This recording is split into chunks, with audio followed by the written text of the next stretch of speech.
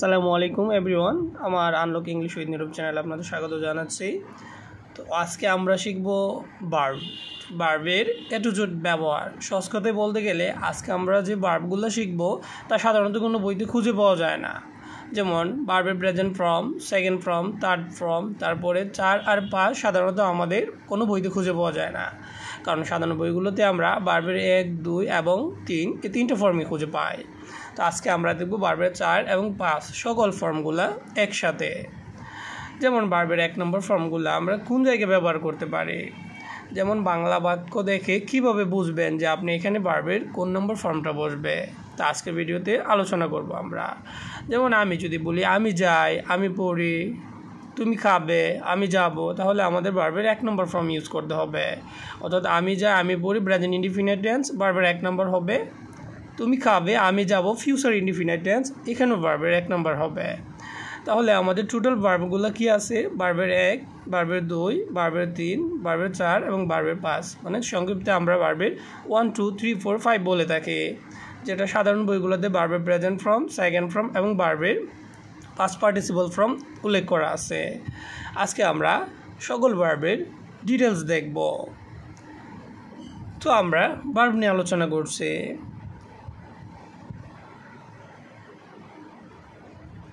তো আসলে ভার্ব কাকে বলে? যে শব্দের দ্বারা কোনো কিছু কাজ করা বোঝায় তাকে ভার্ব বলে। এক কথায় যা দ্বারা কাজ করা বোঝায় তাকে ভার্ব বলে। যা আমরা পূর্বে শিখেছি, ভার্বকে আমরা 5টা ক্যাটাগরিতে ভাগ করতে পারি। Verb 1, 2, 3, 4 and 5। সো আমরা এক নজরে সবগুলো একটা টেবিলের মাধ্যমে দেখে নেই। ভার্বের 1 যেমন গো, 2 নম্বর ওয়েন, আর 3 নম্বর গন।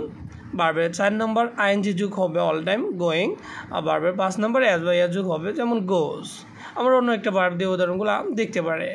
তো গো আমরা ভার্বের 1 নম্বর হিসেবে পাই, আর 2 নম্বর হিসেবে আমরা ওয়েন পাই, 3 নম্বর হিসেবে গন, আর 4 নম্বরে গোয়িং, আর 5 নম্বরে আমরা এস বাই এস যুক্ত গোস পেয়েছি। তো সাধারণত প্রথম 3টা আমরা বইপত্রে পাই, 4 আর 5 বইতে পাওয়া যায় না। আমরা অন্য একটা ভার্ব দিয়ে দেখতে পারি, যেমন ইট ভার্বের 1 নম্বর ফর্ম, তার 2 নম্বর হবে এট, আর 3 নম্বর হয়ে যাবে ইটেন, 4 নম্বর ইটিং, আর 5 নম্বরে ইটস একটা এস যুক্ত হয়েছে। সো আমরা 5 নম্বর র্যাঙ্কিংয়ে দেখতেছি কোথাও এস বা কোথাও এস যুগ হয়েছে, আর 4 নম্বরে আমরা দেখলাম যে দুইটাতে আইএনজি যুগ হয়েছে। 5 নম্বরে প্রথমটাতে লক্ষ্য করুন গোজ এস যোগ করা হয়েছে, আর ইটের সাথে শুধুই এস যোগ করা হয়েছে। সো আমরা কখনো এস কখনো এস যোগ করি কত? 5 নম্বরে, যেটা আমরা প্রেজেন্ট ইনডিফিনিটে subject third person singular number হলে আমরা ব্যবহার করে থাকি। যেমন আমি তুমি ব্যতীত অন্য কেউ হলে একজন, আমরা তাকে সিঙ্গুলার নাম্বার হিসেবে থার্ড পারসন সিঙ্গুলার হিসেবে বলে থাকি। যেমন সে স্কুলে যায়, হি গোজ টু স্কুল, সে খায়, হি ইটস, এরকম আমরা ব্যবহার করে থাকি। এখানে আমরা টোটাল 5টা ফর্ম দেখলাম একটা ভার্বের, যা গো আমরা প্রেজেন্ট ইনডিফিনিট আর ফিউচার ইনডিফিনিট ব্যবহার করি। যা আমরা আগেই বলেছি যে আমি যাই, আমি পড়ি, তুমি খাবে, আমি যাব, এগুলোতে আমরা ভার্বের 1 নম্বর ব্যবহার করে থাকি। কেননা প্রথম দুটো প্রেজেন্ট ইনডিফিনিট টেন্স, যার গঠন হিসেবে আমরা সাবজেক্ট প্লাস ভার্বের 1 নম্বর প্লাস অবজেক্ট পাই। তো স্ট্রাকচারটা আমরা দেখে নেই। প্রেজেন্ট টেন্সের স্ট্রাকচারে আমরা বলেছি ভার্বের 1 নম্বর হবে, প্রেজেন্ট ইনডিফিনিটের স্ট্রাকচার ভার্বের 1 নম্বর, আর আগে সাবজেক্ট পরে অবজেক্ট থাকবে। তার মানে দাঁড়াচ্ছে সাবজেক্ট প্লাস ভার্বের 1 নম্বর প্লাস অবজেক্ট। তাছাড়া এক্সটেনশনও থাকতে পারে, অবজেক্টের পরে অতিরিক্ত কোনো কিছু থাকলে আমরা তাকে এক্সটেনশন বা আদার ওয়ার্ড বলবো। তো ভার্বের 1 নম্বর আমরা কি টেন্সে পাইলাম? প্রেজেন্ট ইনডিফিনিট টেন্সে, রাইট। যেমন আমি যাই, আই গো, এখানে যাওয়া ভার্বের 1 নম্বর, এই কারণে আমরা গো ভার্বের 1 নম্বর ইউজ করেছি। আমি স্কুলে যাই, আমি অবজেক্ট সহ দিলাম, আই গো টু স্কুল। এর আগের সেন্টেন্সে ছিল শুধুই ভার্ব পর্যন্ত, এবার আমরা অবজেক্টও পাইলাম। আই গো টু স্কুল মানে আমি স্কুলে যাই। যদি বলতাম তুমি স্কুলে যাও, তখন হয়তো ইউ গো টু স্কুল, তারা স্কুলে যায়, দে গো টু স্কুল। আমি পড়বো, এই সেন্টেন্সটা ইউজ করলে বো থাকলে ফিউচার হয়ে যাবে, আই উইল রিড। সেন্টেন্সের গঠন হবে সাবজেক্ট প্লাস উইল প্লাস ভার্বের 1 নম্বর plus object plus other word বা এক্সটেনশন। তো আমরা বাংলা ক্রিয়ার শেষে বা বাংলা ভার্বের শেষে আমরা যদি বো বে বেন পাই তাহলে আমরা বলবো এটা ফিউচার টেন্স, যেখানে আমাদের একটা এক্সট্রা উইল যোগ করতে হবে। যেমন সে পড়বে, লিখবে, হাসবে, গাইবে, এরকম বো বা বে থাকবে। এবার আমরা কিছু সেন্টেন্সের ইংরেজি দেখে নেব। আমি পড়ি মানে আই রিড, তুমি খাও ইউ ইট, তারা আসে দে কাম। উপরে 3টা সেন্টেন্স প্রেজেন্ট ইনডিফিনাইট। আমরা নিচের 3টা সেন্টেন্স একটু লক্ষ্য করব। আমি যাব, লাস্টে বো আছে, এই কারণে ফিউচার হবে। মেইন ভার্বের আগে একটা উইল লিখতে হবে, আই উইল গো। সে পড়বে, লাস্টে বে আছে, আমরা জানি বে থাকলে মেইন ভার্বের আগে একটা উইল যোগ করতে হবে। যেমন দে উইল স্টাডি, তারা পড়বে। জন উইল গো, জন যাবে। এবার আমরা ভার্বের 5 নম্বর ফর্মটা লক্ষ্য করব। আমরা আগে জেনেছি ভার্বের সাথে এস বা ইয়েস দিলে এটা ভার্বের 5 নম্বর ফর্মে পরিণত হয়। আমরা জানি সাধারণত গ্রামারে পাইছি subject third person singular number হলে ভার্বের সাথে এস বা যোগ হয়। আমি আর তুমি ব্যতীত অন্য কোনো সাবজেক্ট সিঙ্গুলার হলে ওই ভার্বের সাথে এস হবে, তখন আমাদের ভার্বের 5 নম্বর ফর্মকে ব্যবহার করতে হবে। সো আমরা কখন ব্যবহার করবো তা জেনে নিলাম। যেমন সে, আমিও না, তুমিও না, অন্য একজন বিদায় আমাদের ভার্বের 5 নম্বর ইউজ করতে হবে। সে যায় মানে হি গোজ, সে পড়ে, তার মানে সে আমিও না, তুমিও না, অন্য একজন, এই কারণে আমাদের ভার্বের 5 নম্বর ব্যবহার করতে হবে। গঠন হবে সাবজেক্ট প্লাস ভার্বের 5 প্লাস অবজেক্ট। এবার আমরা ইংরেজি সহ বাংলা দেখে নেই। সে যায় মানে হি গোজ, সে পড়ে হি রিডস, সে খায় হি ইটস, জন অফিসে যায় জন গোজ টু অফিস, সীমা গান গায় সীমা সিংস। এখানে সবগুলো ভার্বের সাথে এস বা এস যোগ করা হয়েছে, কারণ তারা সবাই থার্ড পারসন। থার্ড পারসন কাকে বলে? আইকে প্রেজেন্ট বা ফার্স্ট পারসন, ইউকে সেকেন্ড পারসন, আর অন্য সকল সিঙ্গুলারকে থার্ড পারসন বলে। প্রেজেন্ট ইনডিফিনিট টেন্সে সাবজেক্ট যদি থার্ড পারসন সিঙ্গুলার নাম্বার থাকে তাহলে আপনাকে ভার্বের শেষে এস, ইএস বা আইইএস যোগ করতে হবে, যাকে আমরা সংক্ষেপে ভার্বের 5 নম্বর ফর্ম বলতে পারি। সো এখানে আমরা ভার্বের 5 নম্বর ফর্মের ব্যবহারগুলো খুব সুন্দরভাবে লক্ষ্য করলাম। এখানে আই হইলে কি হয়ে যেত? আমি যাই মানে হয়তো আই গো, আমি পড়ি মানে আই রিড, আমি খাই আই ইট, আমি অফিসে যাই আই গো টু অফিস। অর্থাৎ এস বা ইয়েসগুলো উঠে যাবে। আয়ের জায়গায় ইউ হলেও আনসারগুলো সেম, এস বা ইয়েস উঠে যাবে। এবার আমরা ভার্বের 2 নম্বর লক্ষ্য করব। বাংলা বাক্যের শেষে লাম ল লেন থাকলে আমরা সাধারণত ভার্বের 2 নম্বর ইউজ করে থাকি। গঠন হবে সাবজেক্ট প্লাস ভার্বের 2 নম্বর প্লাস অবজেক্ট।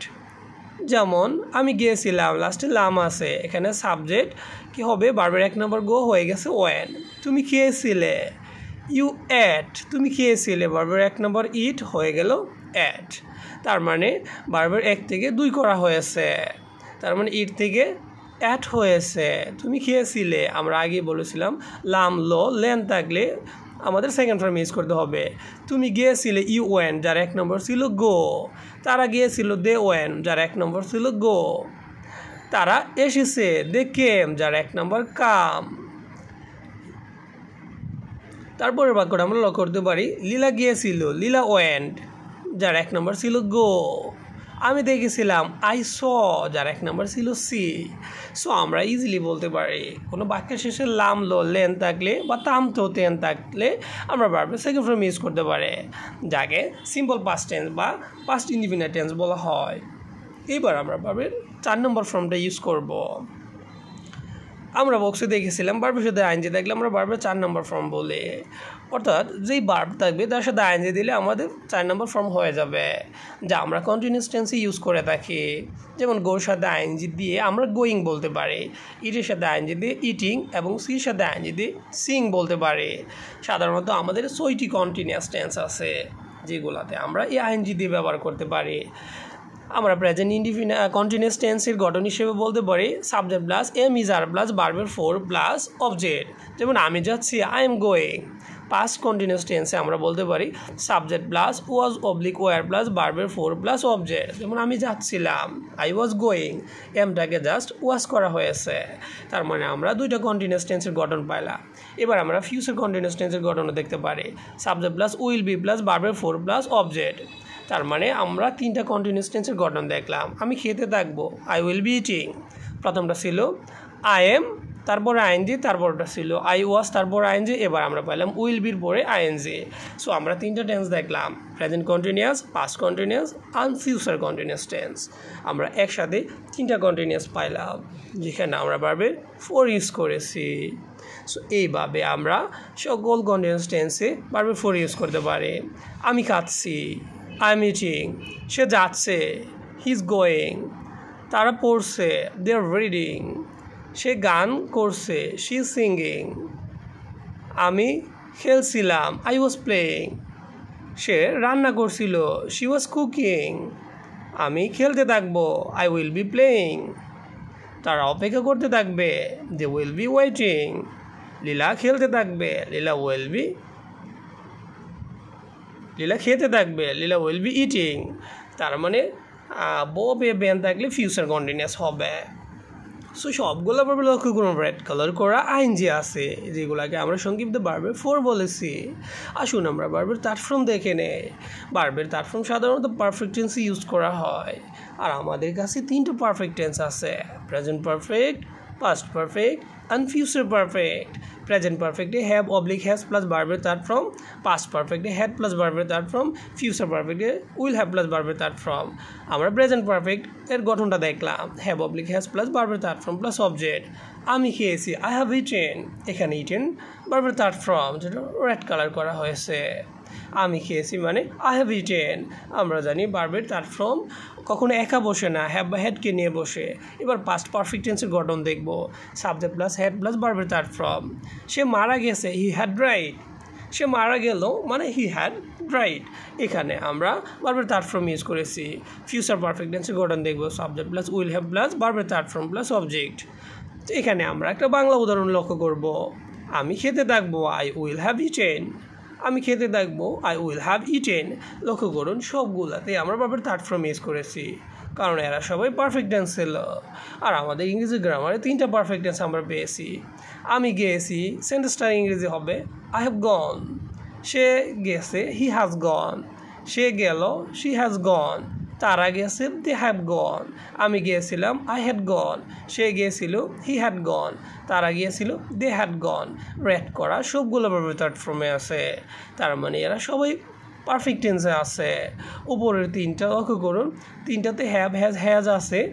উপরে চারটা সেন্টেন্সে হ্যাভ আর হ্যাজ আছে, তার মানে উপরে চারটা প্রেজেন্ট পারফেক্ট।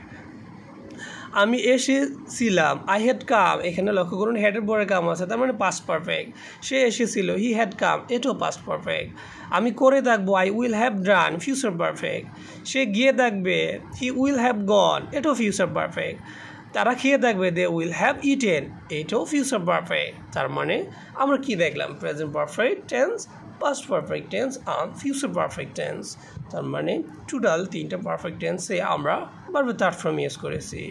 এবার আমরা ভার্বের ফোর্থ ইউজ করব, যেগুলা আইএনজি পাওয়া যায়, যদিও আমরা তিনটা টেন্স অলরেডি আলোচনা করেছি। আই হ্যাভ বিন ইটিং, আমি খেতে থাকবো, দে হ্যাভ বিন ইটিং। তারা খেতে থাকবে, আই হ্যাড বিন ইটিং, আমি খাইতেছিলাম, হি হ্যাড বিন ইটিং। এখানে আমরা আইএনজি ফর্ম লক্ষ্য করেছি। তার মানে আমরা ভার্বের 1, ভার্বের 2, ভার্বের 3, ভার্বের 4 অ্যান্ড ভার্বের 5 এইগুলো নিয়ে আলোচনা করতেছে, আর এইগুলার ব্যবহার আমরা লক্ষ্য করেছি। তার মানে আমাদের যে 12টা টেন্স আছে তা এই 5টা ভার্বের ফর্ম থেকে হয়েছে। এবার আমরা দেখব যে ভার্বের 1 নম্বর কার কার সাথে যায়। আয়ের সাথে ভার্বের 1 নম্বর যায় ইউ, উই, দে।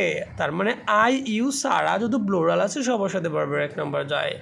ভার্বের 2 নম্বর কার সাথে যায়, I, you, we, they plus he, she, it, name সবার সাথে ভার্বের 2 নম্বর যায়, কারণ ভার্বের সেকেন্ড ফর্ম কোনো পার্সন দেখে হয় না, এই জন্য সবার সাথে ভার্বের সেকেন্ড ফর্ম যাবে।